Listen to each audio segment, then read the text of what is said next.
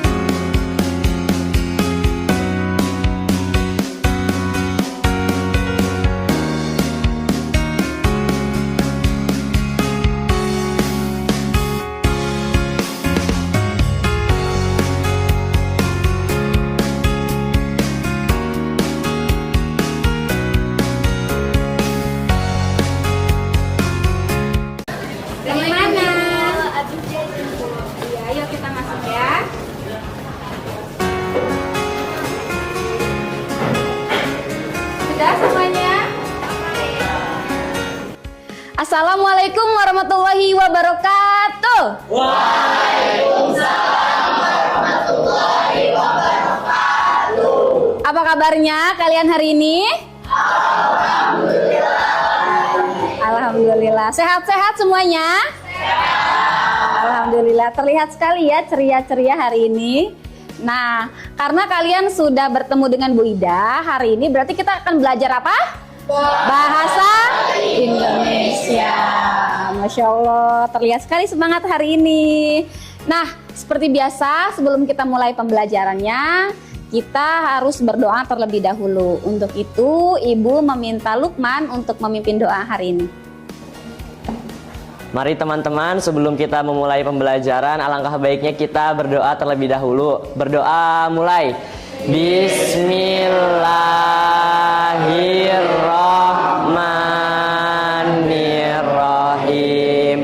Rabbis rahli qawli. Terima kasih kepada Lukman yang sudah memimpin doa hari ini. Mudah-mudahan dengan diawalinya pembelajaran kita hari ini dengan berdoa, pembelajaran kita menjadi diberikan kemudahan, kemudian juga diberikan keberkahan oleh Allah Subhanahu wa taala. Amin. Ya, sebelumnya Ibu akan mengecek terlebih dahulu kehadiran hari ini. Seperti biasa ketika Ibu absen angkat tangan ya. Acarya. Hadir Bu. Latifah. Hadir Ibu. Atifah. Hadir Bu. Amelia. Hadir Bu. Anak-anak, sebelum memulai pembelajaran hari ini, Ibu ingin sedikit berbagi tentang motivasi untuk pembelajaran. Ya, di mana di sini Ibu mengutip dari salah satu hadis, yaitu hadis Ibnu Majah dan Abu Daud, di mana dalam hadis tersebut Abi Darda era berkata bahwa saya mendengar Rasulullah Shallallahu Alaihi Wasallam bersabda, bagi siapa menempuh jalan untuk menuntut ilmu harus bisa meluruskan niat.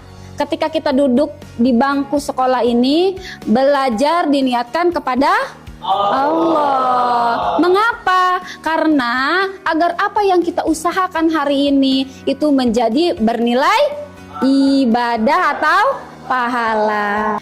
Anak-anak, dalam pembelajaran kita hari ini ada beberapa profil Pancasila yang akan kita terapkan, yaitu diantaranya yaitu memupuk rasa keimanan kepada Allah Subhanahu Wa Taala yang telah kita lakukan tadi dengan berdoa bersama.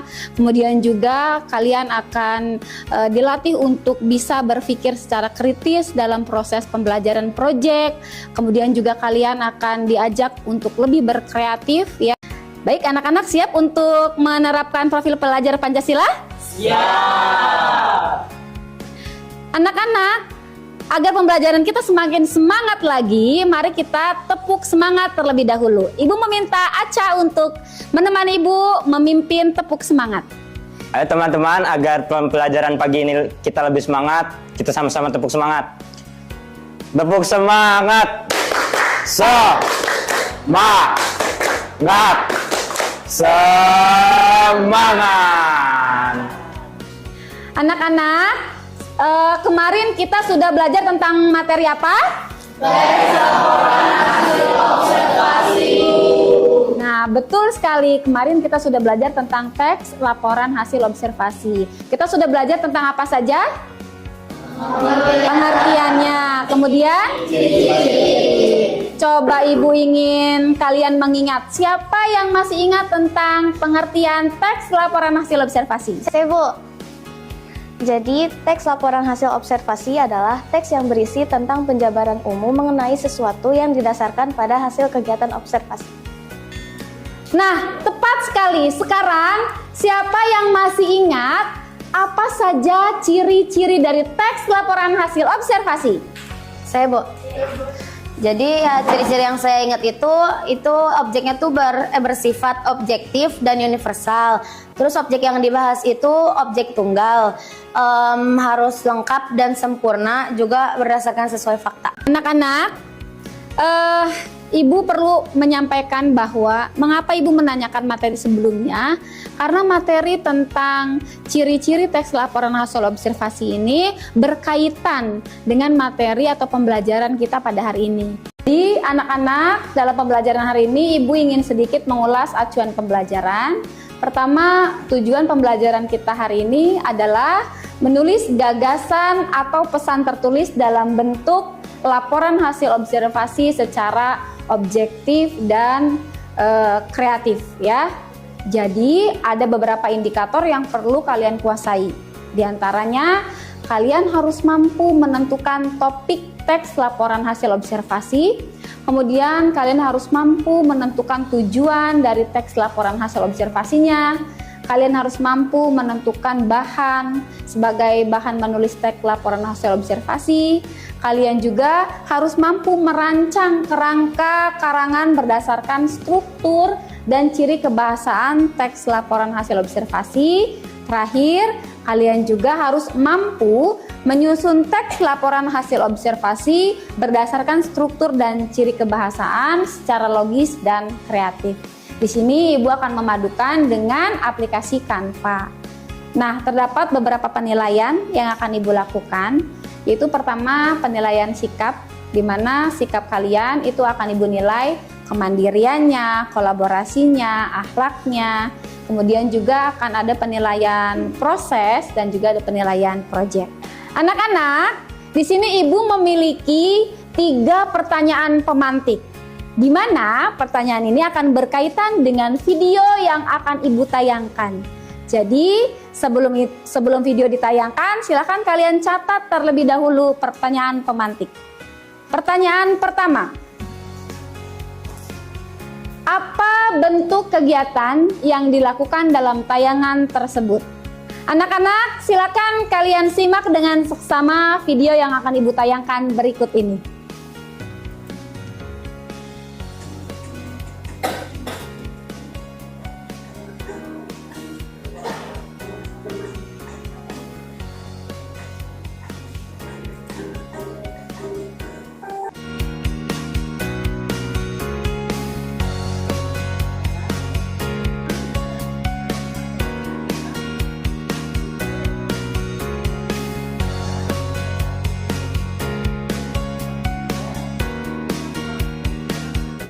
Nah, kalian sudah menyaksikan video yang tadi Ibu tayangkan. Sekarang silakan siapa yang bisa menjawab pertanyaan pertama?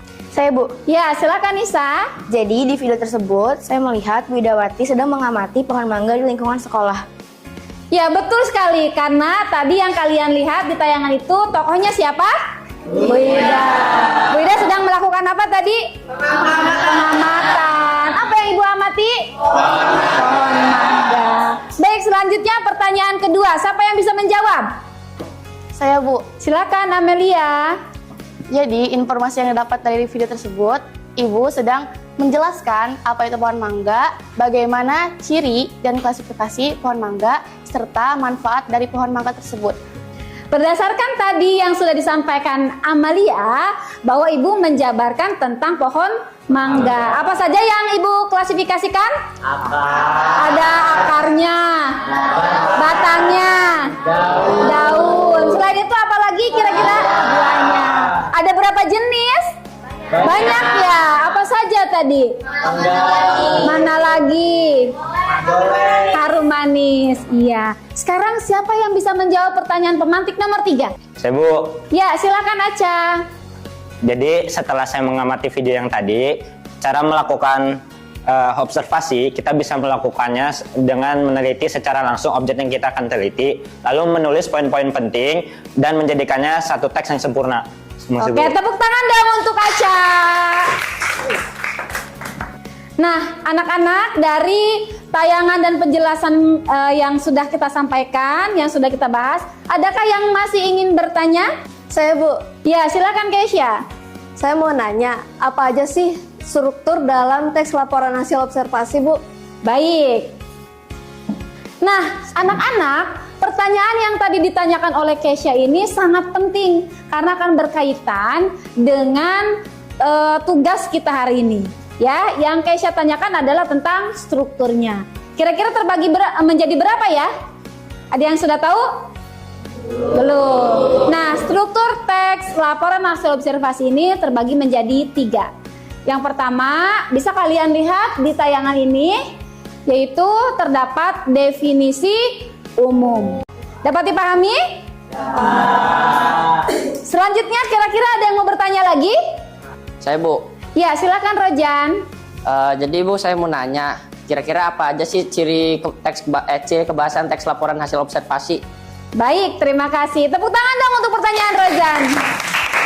Anak-anak, pertanyaan dari saudara Rojan tadi itu juga penting karena akan berkaitan dengan kebahasaan yang akan kalian gunakan dalam teks laporan hasil observasi pembelajaran hari ini.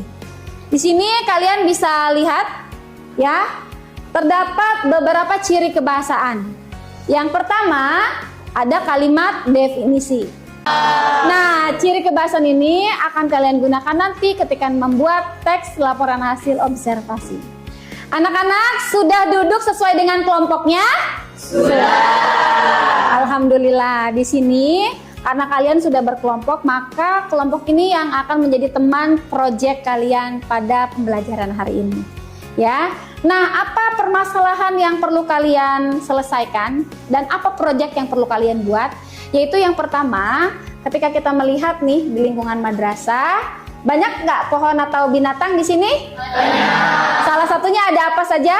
Kucing. Ada kucing. Ada apa lagi ya? Iya, suka banyak semut ya. Ada apa lagi? Nyamuk di kelas ya. Kalau tumbuhan kira-kira ada apa ya di sini ya? Pohon kelapa. Iya, pohon kelapa juga ada ya. Nah, di lingkungan kita ini kalian bisa melakukan observasi. Ya, observasi baik tumbuhan maupun hewan ya.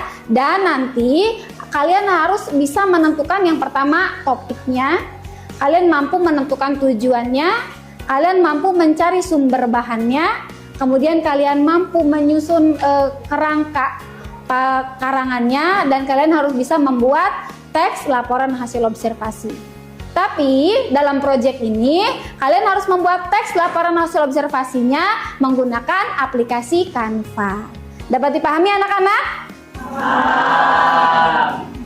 Anak-anak, di sini Ibu akan membagikan LKPD, yaitu lembar kerja peserta didik. Ya, di sini sudah terdapat mulai dari tujuan, kemudian petunjuk pengerjaan, kemudian juga info kerja yang harus kalian lakukan ya. Ini untuk kelompok 1, mana kelompok 1? Ini ya. Nah, saat ini silakan kalian susun jadwal untuk membuat proyek yang akan kalian laksanakan. Dapat dipahami anak-anak? Baik, silakan berdiskusi dengan teman-teman. Anak-anak, di sini Ibu memiliki 10 kartu yang isinya ini beberapa topik teks laporan hasil observasi. Jadi, silakan setiap kelompok yang beruntung bisa memilih mana topik yang akan dijadikan teks observasi. Kucing! Yeay. Ya, selanjutnya. Pilih lagi, kira-kira yang mana? Nah, berapa? Yang mana? Nomor 5, silakan. Nomor 5. Ya. Ya, lanjut pilih lagi, sekali lagi ya. Anak-anak, setelah kalian memilih topik, sekarang silakan kalian diskusikan dengan teman-teman. Kira-kira alat apa yang perlu kalian butuhkan, kemudian instrumen seperti apa yang harus kalian buat. Jika kalian nanti akan melakukan wawancara, buat daftar pertanyaan untuk narasumbernya atau observernya ya. Kemudian juga nanti kalian jangan lupa membuat jadwal agar waktunya itu tidak melebihi dari batas yang sudah ditentukan.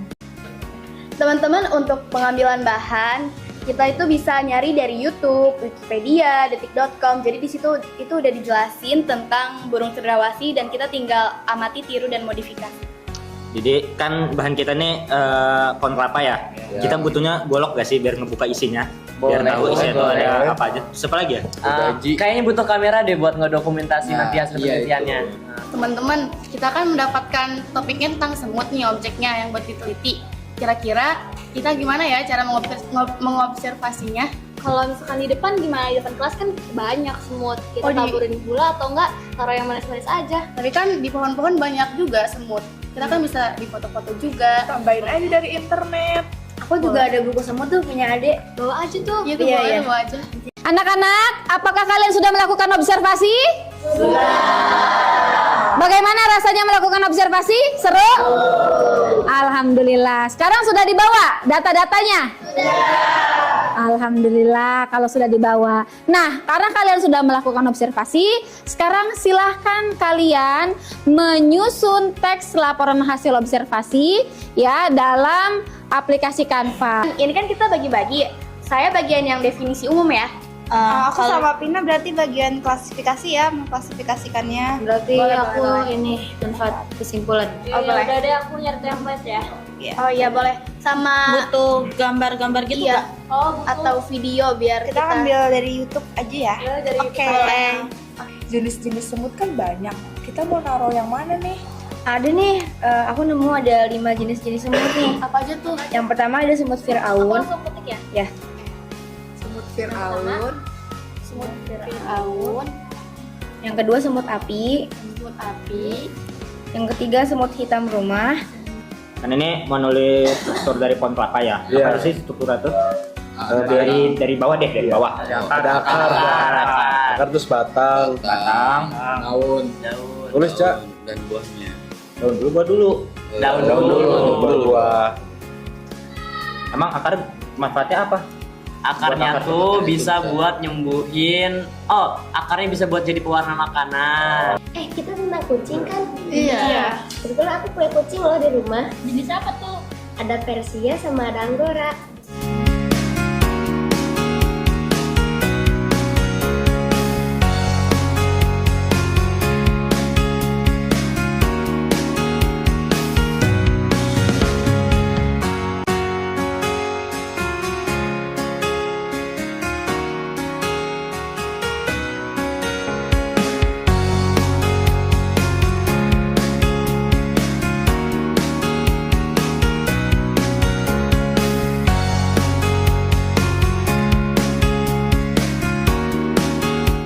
Anak-anak, apakah semuanya sudah selesai membuat teks laporan hasil observasi?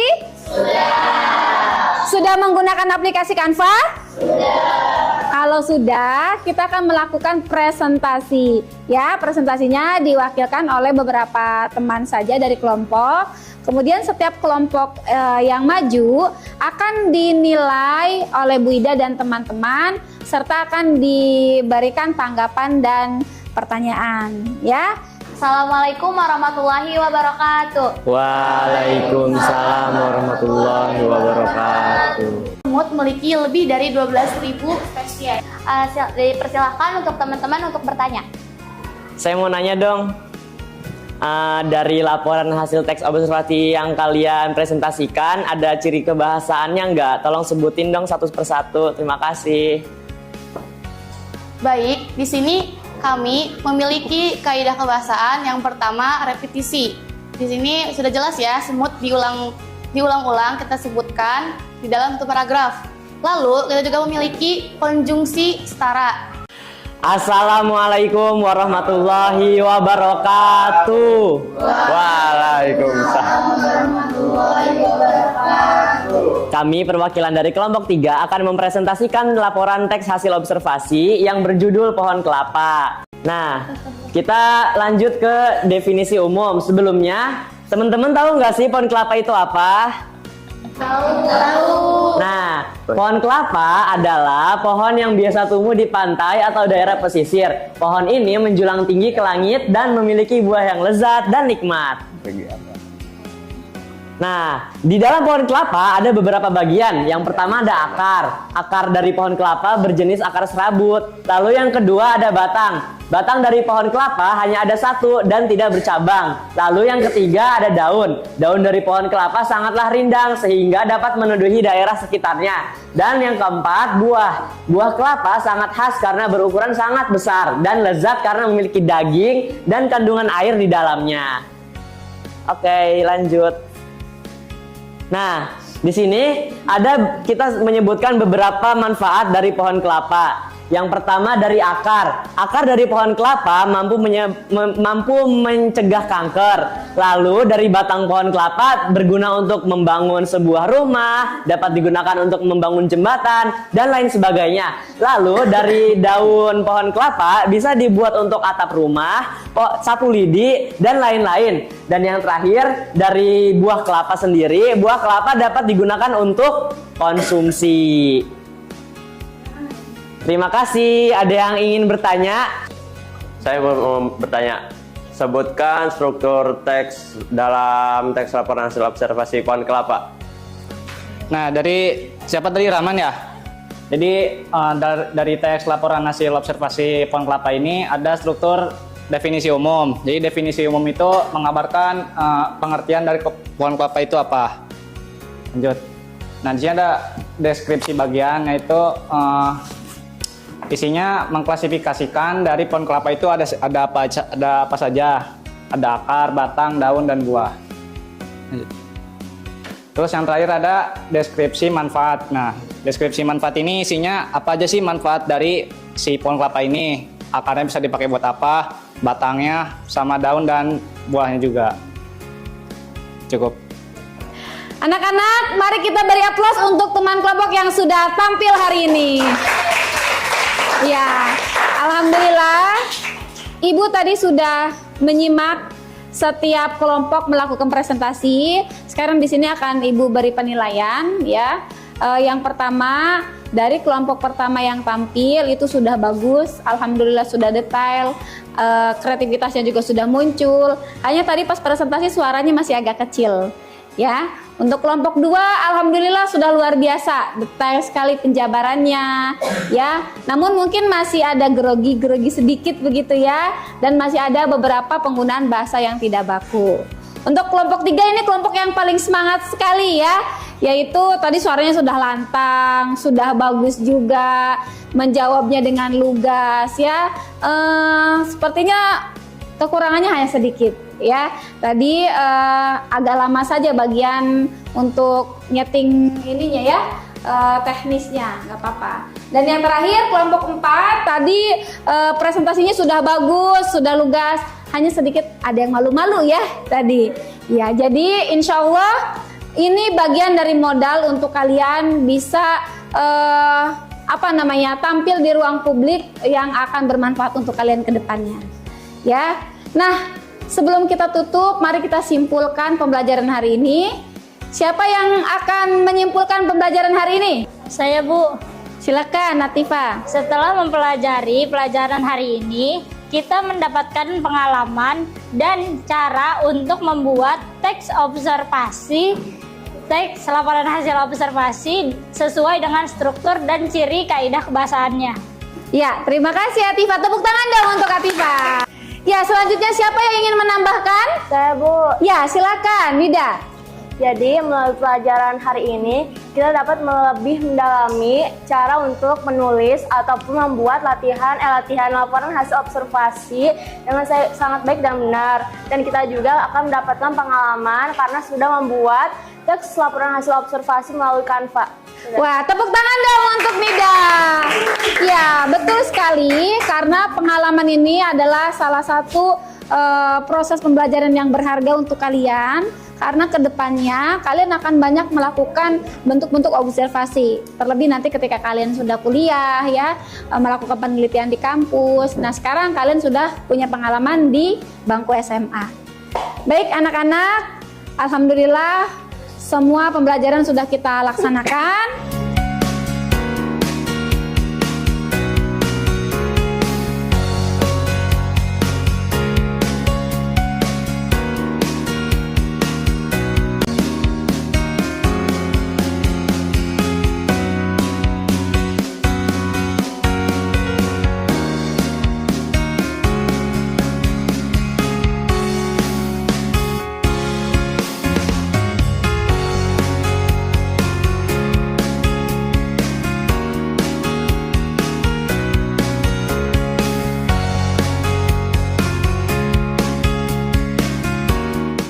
Anak-anak, alhamdulillah pembelajaran telah kita laksanakan dengan baik hari ini.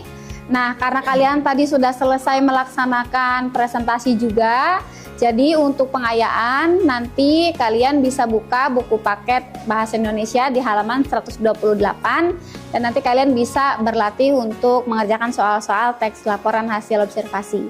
Ya. Untuk itu, sebelum kita tutup, kita akhiri bersama-sama dengan membaca doa kafaratul majelis bersama-sama. Subhanaka Allahumma wa bihamdika asyhadu alla ilaha illa anta astaghfiruka wa atubu ilaik. Terima kasih untuk pembelajaran hari ini. Ibu berharap kalian terus semangat belajar hingga kalian bisa menggapai cita-cita kalian. Amin. Ibu akhiri, wassalamualaikum warahmatullahi wabarakatuh. Waalaikumsalam warahmatullahi wabarakatuh. Terima kasih saya ucapkan kepada Universitas Muhammadiyah Malang atas kesempatan dalam menimba ilmu PPG dalam jabatan tahun 2023 ini. Terutama saya ucapkan terima kasih kepada Bapak Dr. Andes Gigit Mujianto MSI selaku dosen pembimbing dan terima kasih kepada Bapak Yudi Haryadi SPD selaku guru pamong atas bimbingan, arahan dan ilmunya sehingga PPG ini dapat berjalan dengan lancar. Wassalamualaikum warahmatullahi wabarakatuh.